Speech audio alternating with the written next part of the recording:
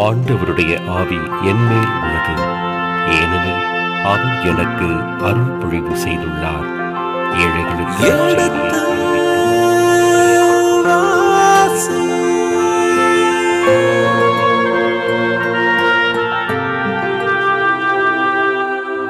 எடுத்து வாசி.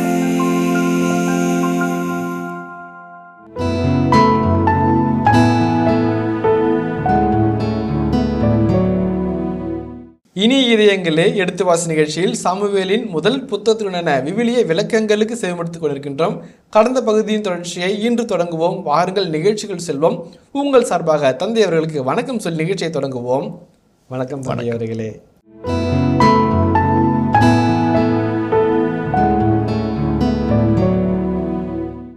சாமுவேலுக்கு அதுதான் சொல்லப்படுகிறது. காத்திருக்க, படிப்படியாக வெளிப்படுத்துகிற இறைவனை கண்டுகொள்ளவும், படிப்படியாக வெளிப்படுத்துகிற இறைவனை திட்டத்தை தேர்ந்து தெளிந்து செயல்படுத்தும் சாமுவேல் அழைக்கப்படுகிறார். அதில் வருகிற சவால்களை சந்திக்க ஆண்டவரே பலம் தருகிறார். அதற்கு அவர், ஆம், சமாதானம்தான், ஆண்டவருக்கு பலி செலுத்த வந்துள்ளேன், உங்களையே தூய்மையாக்கி கொண்டு என்னுடன் பலியிட வாருங்கள் என்றார். சாமுவேல் அழகான ஒரு செய்தி தருகிறார். பலியிட வருகிறாய், தூய்மைப்படுத்தி கொண்டு வா. ரொம்ப அழகான வார்த்தை, சின்ன வார்த்தை தான்.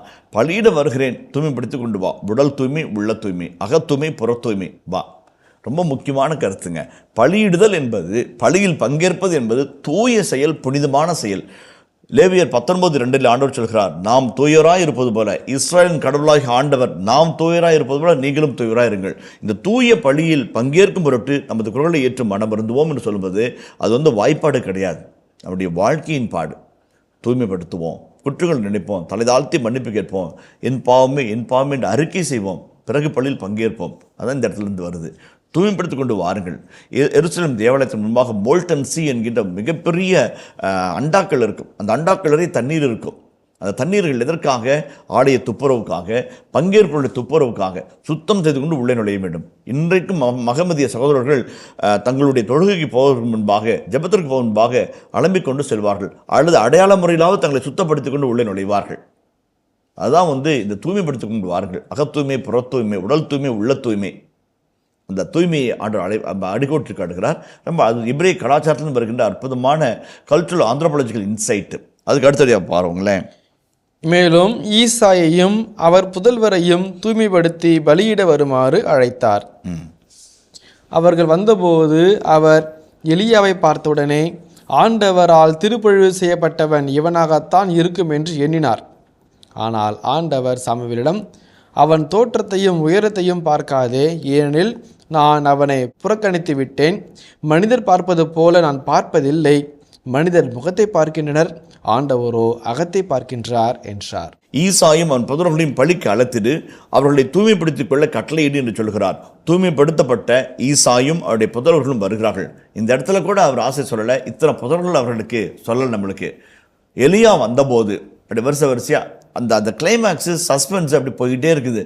யாருங்க வெயிட் ஆசிரியர் நம்மளை அப்படி அமைதிப்படுத்துகிறார், ஆற்றுப்படுத்துகிறார். நம்முடைய புதிருக்கான விடையை அவர் சொல்ல இருக்கிறார். ஆனால் எப்போ சொல்லுவார், அது கடவுள் சொல்ல போக தான் அவர் சொல்லுவார்.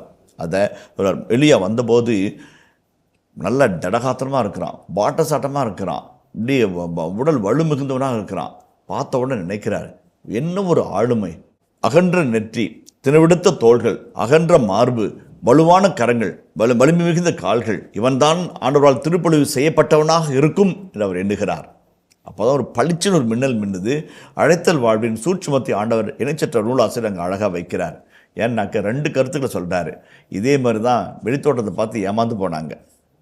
என்னால் தேர்ந்து கொள்ளப்பட்டவன் இவன் அல்ல, அரச பதவியிலிருந்து நான் அவனை கிழித்து அவனுடைய அரச பதவி வேறொருக்கு கொடுத்து விட்டேன் என்று சொல்லப்பட்ட சவுலை ஆசிரியர் மறைமுகமாக நினைவுபடுத்தி காட்டுகிறார். அப்படி சொல்லாமல் சொல்வார். அந்த வசனத்தை பார்க்கும்போதே, சாமுவேலுக்கு அறிவுரை சொல்லும்போதே, வாசிக்கிற ஒவ்வொருவருக்கும், அதை கேட்கிற ஒவ்வொரு இறை மக்களுக்கும் சவுலை சொல்கிறாருப்பா அப்படின்னு ஒரு நினைவார். அதை நிழலாடி வெளியில் பார்த்து ஏமாந்தது போதும், கம்முனரு, நான் பார்க்குறேன் ஆண்டவர் சொல்லுவார். ரொம்ப அழகாக சொல்வார், ரொம்ப அழகான சொல்லுவோம்.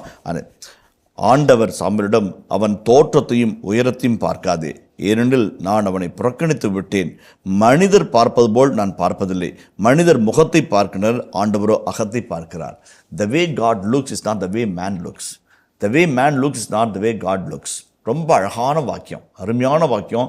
மனிதர் புறத்தை பார்க்கிறார்கள், ஆண்டவர் அகத்தை பார்க்கிறார். அழகான ஒரு கவித்துவமான ஒரு மொழிபெயர்ப்பு, அருமையான வார்த்தை, ஒரு உன்னதமான இறையியலின் வார்த்தைகளை தான் நம்ம பார்க்குறோம். திருப்பாடல் வரிகளிலே ஒரு அற்புதமான வைர வரி ஒன்று இருக்கிறது. ஆங்கிலத்தில் சொல்லி தமிழில் சொல்கிறேன். Restrain me from presumption O Lord என்று சொல்வார்கள். ரெஸ்ட்ரெயின் என்றால் என்னை தடுத்தாட்கொள்வாய் ஆண்டவரே. ப்ரிசம்ஷன் என்றால் முன்சார்பு எண்ணங்கள். இவர் இப்படி நல்லவராக தான் இருக்கணும், இவர் இப்படி இது ஒத்து வராது என்று முன்சார்பு எண்ணங்களோடு செயல்படுகிறதை என்னிடமிருந்து எடுத்துவிடும் ஆண்டவரே என்று அந்த திருப்பாடல் ஆசிரியர் ஜெபிக்கிறார். அந்த ஒரு அழகான ஜெபம் இந்த வரிகளை வாசிக்கும் போது நிழலாடுகிறது. சாமுவேல் ஒரு முன்சார்பு எண்ணத்தோடு எலியாவை பார்க்கிறார். அவனுடைய தோற்றத்தை, அவனுடைய உயரத்தை பார்த்து இவன்தான் ஆண்டவரால் திருப்பொழிவு செய்யப்பட்டவனாக இருக்க வேண்டும் என்று எண்ணுகிறார். அப்படிப்பட்ட சாமுவேலுக்கு உலக புகழ்பெற்ற இறையியலின் ஆழத்தை காண்கிற அதர்னஸ் என்கின்ற அற்புதமான ஒரு இறையியல் கருத்தை இணைச்சட்ட வரலாற்று நூலாசிரியர் கடவுளின் வார்த்தையாக அந்த இடத்துல வைக்கிறார். ரொம்ப அழகாக பார்க்குறாரு. அந்த வசனத்தை வாசிப்புமே பாருங்களேன். ஆனால் ஆண்டவர் அவன் தோற்றத்தையும் உயரத்தையும் பார்க்காதே, ஏனெனில் நான் அவனை புறக்கணித்து விட்டேன். 10:23 வாசிங்களேன். அவர்கள் ஓடிச் சென்று அங்கிருந்து அவரை பிடித்து கொண்டு வந்தனர். மக்கள் நடுவே நின்றபோது அவர் அனைவரிலும் உயரமாக இருந்தார். மக்கள் அனைவரும் அவர் தோல் உயரமே இருந்தார்கள். உயரமானவன், வலிமையானவன், தோற்றத்தை பார்த்து அபிஷேகம் செய்தார்கள் சவுலை. என்ன ஆயிற்று? முதல் கோணல் முற்றும் கோணலை போல நின்றது. அடுத்தபடியாக சாமுவேல் பார்த்தார். ஆண்டவர் பார்ப்பது வேறு வகை, சாமுவேல் பார்ப்பது வேறு வகை. ஹி சா, சாமுவேல் சா, ரா பார்க்கிறார். எப்படி பார்க்கிறார் அதை பாருங்களேன். 17-13 வாசிங்களேன். இவருடைய மூத்த புதல்வர் மூவர் சவுலுடன் போருக்கு சென்றிருந்தனர். அம்மூவரில் மூர்த்தவன் பெயர் எலியாபு. எலியாபு மூத்த சகோதரன். 7 பேர் இருக்கிறாங்க. அதில் மூத்த சகோதரன் எலியாபு.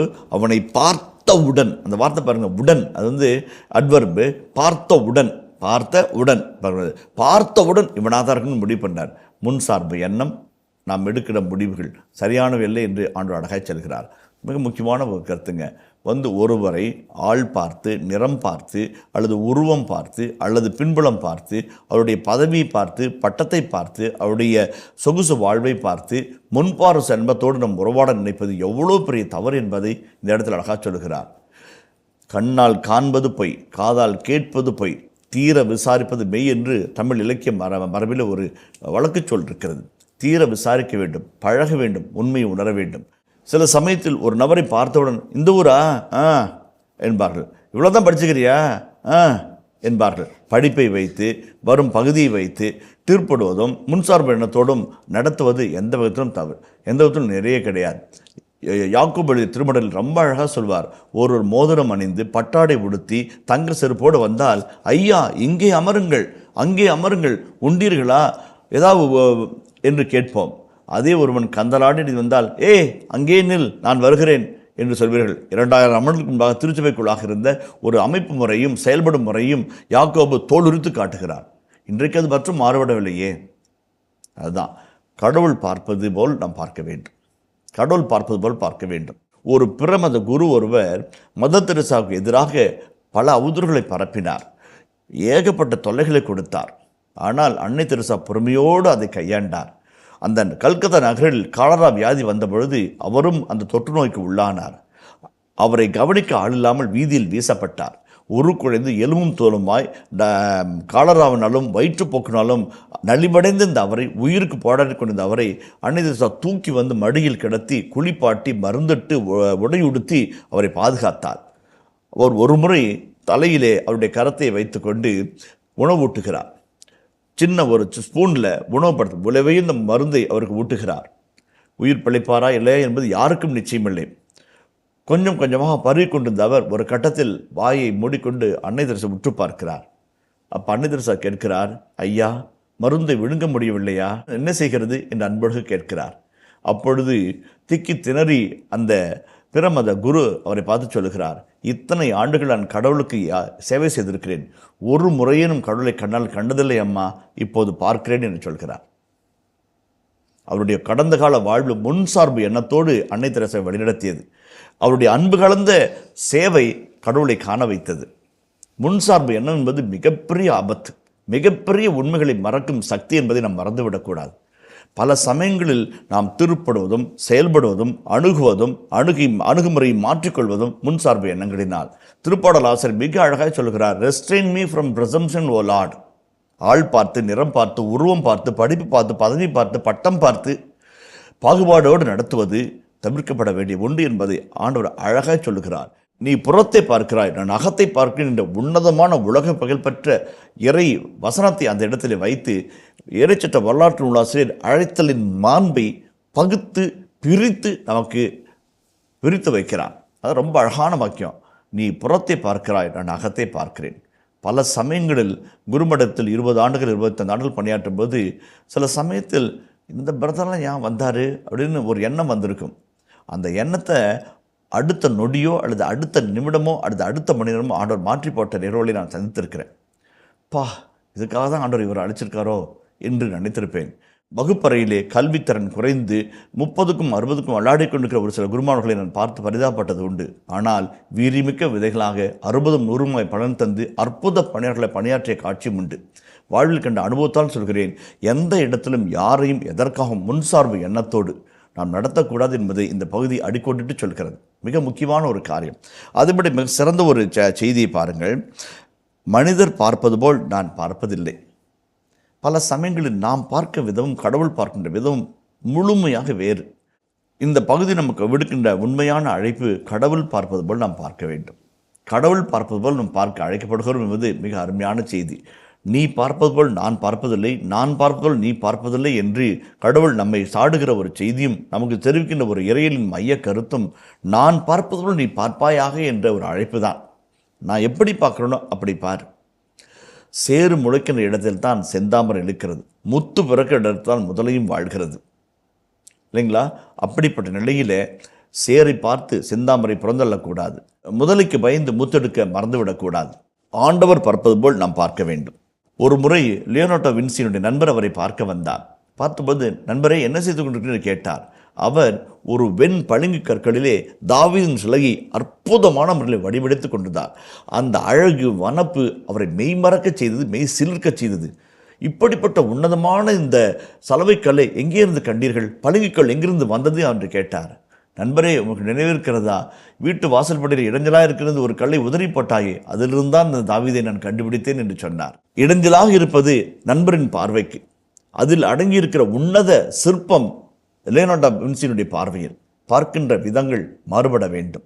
ஒவ்வொன்றிலும் இருக்கிற நன்மைத்தனத்தை நாம் பார்க்க நினைத்தால், அந்த நன்மைத்தனத்தோடு நாம் உறவாட நினைத்தோம் என்றால் நல்ல நினைவுகள், நல்ல நிகழ்வுகள், நல்ல வெற்றிகள் நம்மை சேரும் என்பதற்கு இந்த பகுதி அழகான சாட்சியாக இருக்கிறது. இந்த 7ஆம் வசனத்தில் இன்னும் ஒரு அழகான வார்த்தை விளையாட்டு இருக்கிறது.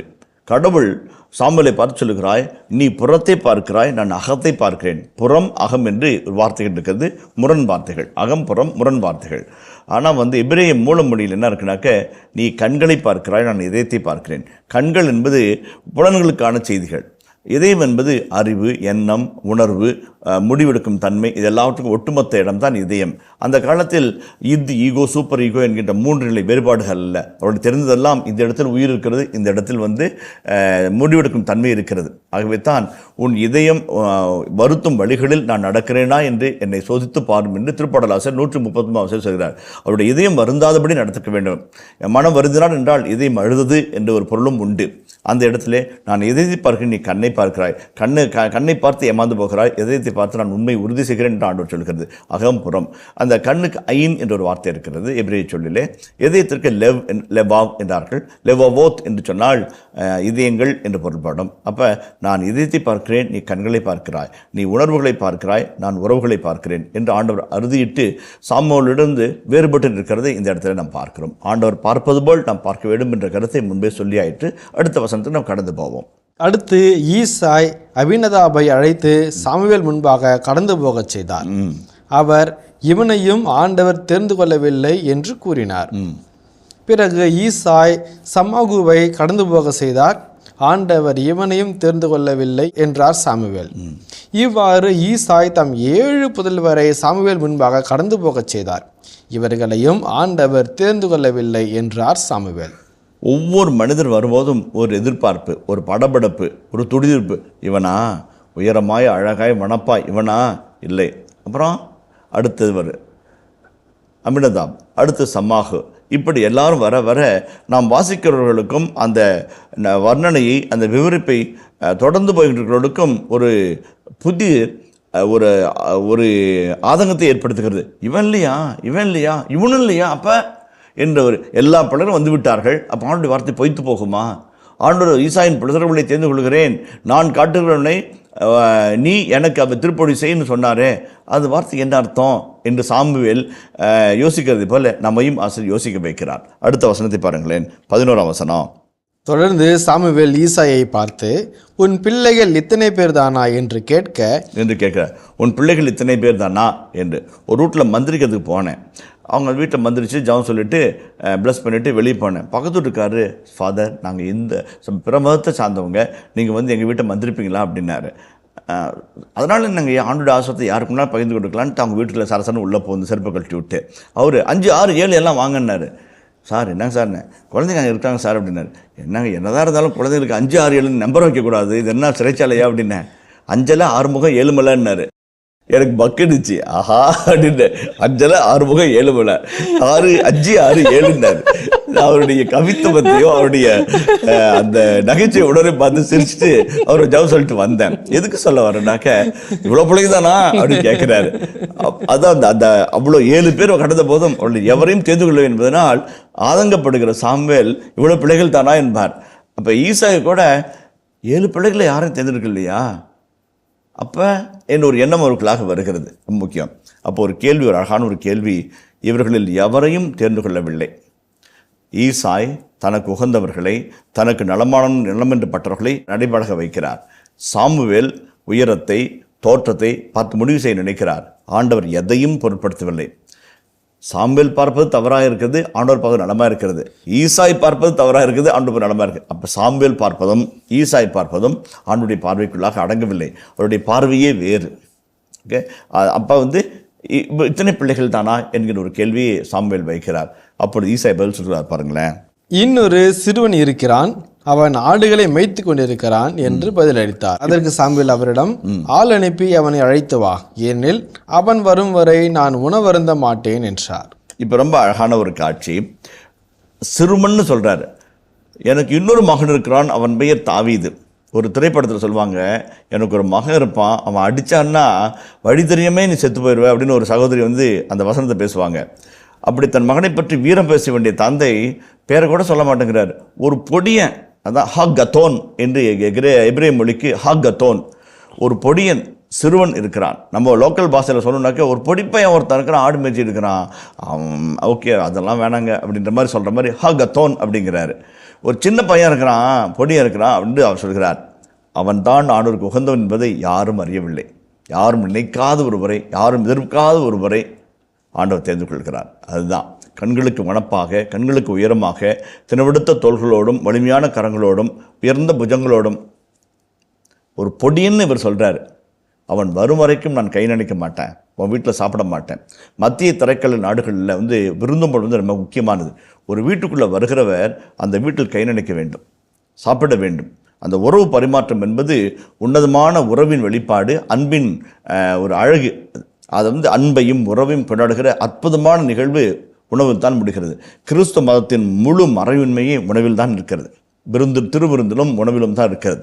கலாச்சாரத்தில் நெருங்கி போன ஒரு அழகான மதிப்பீடு அது.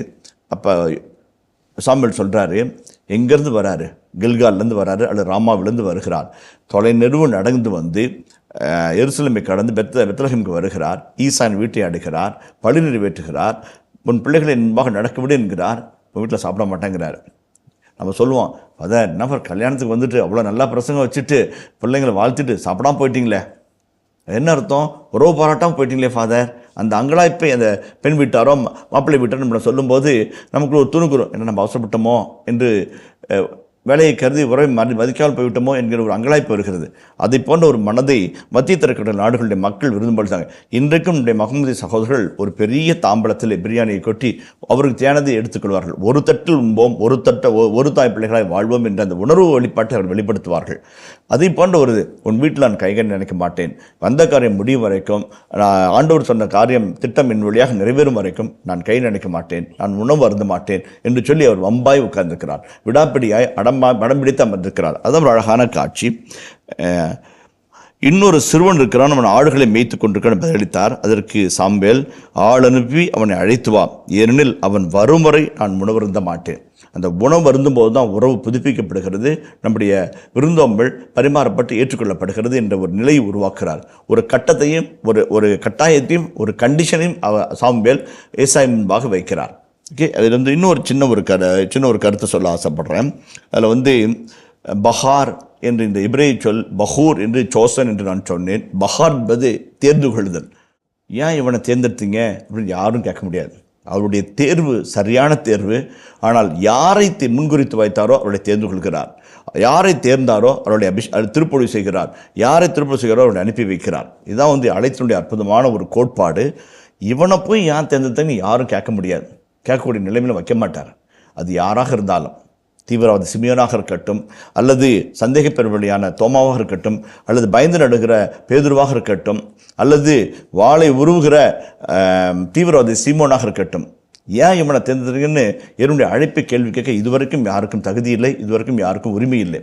அவருடைய அழைப்பு வித்தியாசமானது, அவருடைய அழைப்பு உன்னதமானது. புனிதர்கள் பட்டியலில் ஒரு செய்தி படித்தேன். சீன நாட்டிலே ஒரு ஊருக்கு பேர் பெற்ற, அந்த ஊருக்கே அவனுக்கு தெரியும், பயங்கரமான குடிகாரன், பயங்கரமாக மனைவியோடு சண்டை போடுவான், பிள்ளைகளை வதைப்பான். ஆனால் அவருடைய பெயர் புனிதர் பட்டியலில் இடம்பெற்றிருக்கிறது. நான் படித்த போது அயர்ந்து போனேன். அதை பற்றி விளக்கம் சொன்ன தந்தையை பார்த்து மகிழ்ச்சியோடு அந்த செய்தியை கேட்டேன்.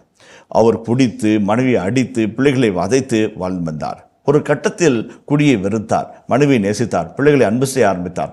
அந்த சமயத்தில் கம்யூனிஸ்ட் தீவிரவாதிகள் இந்த நகருக்குள்ளாக சூறையாட வருகிறார்கள். ஆலயங்களை சுட்டெரிக்கவும், மனைவியரை கற்பழிக்கவும், பிள்ளைகளை பாறை மீது அடித்து கொலை செய்யவும் கங்கனை கொட்டி கொண்டு உள்ளே போடுகிறதுக்கு கம்யூனிஸ்ட் வகை முதல் ஆளாய் நிற்கிறார். வேதசாட்சியை மறிக்கிறார்.